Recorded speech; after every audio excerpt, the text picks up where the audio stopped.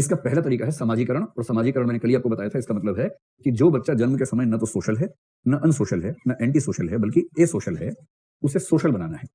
एसोशल को सोशल बनाने की प्रक्रिया सोशलाइजेशन यानी कि समाजीकरण। समाजीकरण जीवन भर चलता है, ऐसा नहीं कि एक बचपन की बात है, जीवन भर चलता है। शुरुआती दौर में उसको बोलते हैं प्राथमिक समाजीकरण, प्राइमरी सोशलाइजेशन, जो बचपन में है।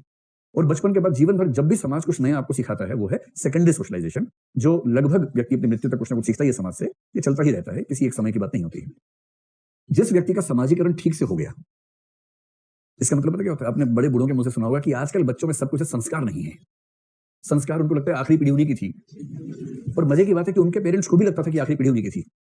हर पीढ़ी के बुढ़ों को लगता है कि संस्कार खत्म हो गए हमारे साथ ही, हम आखिरी संस्कारवान पीढ़ी हैं, उसके बाद संस्कार बचे नहीं। आपको बूढ़ों की बात सुन के ऐसा फील हुआ कभी कि संस्कारों को लेकर बहुत तनाव में रहते हैं वो लोग, कि अब खत्म हो गए संस्कार, जबकि आप साबित करते होंगे कि नहीं है संस्कार, आप भरोसा रखिए हैं, उनको भरोसा नहीं होता होगा। ये जो होते हैं ना संस्कारी बच्चे का बेसिक मतलब है जिसका ठीक से समाजीकरण हुआ है। और ऐसा समाजीकरण हुआ है कि वो एक व्यक्ति नहीं बचा है, टाइप बन गया है। टाइप का मतलब समाज को जैसा पीस चाहिए था ठीक वैसा पीस बन गया है। समाज की फैक्ट्री में उसके खांचे में से वही पीस निकला है जैसा पीस चाहिए था, जो हर चीज मान लेता हो, विरोध ना करता हो, विद्रोह तो कतई ना करता हो। अगर पापा ने कह दिया है कि बेटा, तो उसके बाद वो चू भी नहीं करता हो।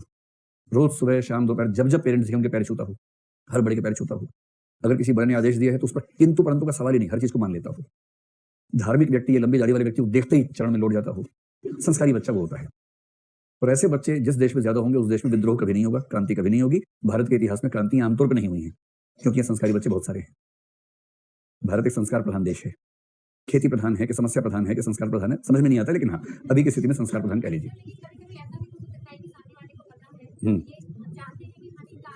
हाँ हाँ हाँ, वो तो एक्टिंग है। एक्टिंग में क्या बुरी बात है? कह रही, कभी कभी ये भी तो हो सकता है कि सामने वाला चाहता है कि उसका आदर करे, इसलिए हम उसका आदर कर रहे हैं। जैसे मैं तो खड़े हो गए, तो मैं समझ रहा हूँ इस बात को, ठीक है, ऐसा तो हो ही सकता है। इसमें कौन सी खास बात है? ऐसा तो हो ही सकता है कि आपको लग रहा है कि आदर मन से तो नहीं आ रहा, लेकिन कर देते हैं क्योंकि उम्मीद कर रहा होगा। ऐसा तो होता ही है।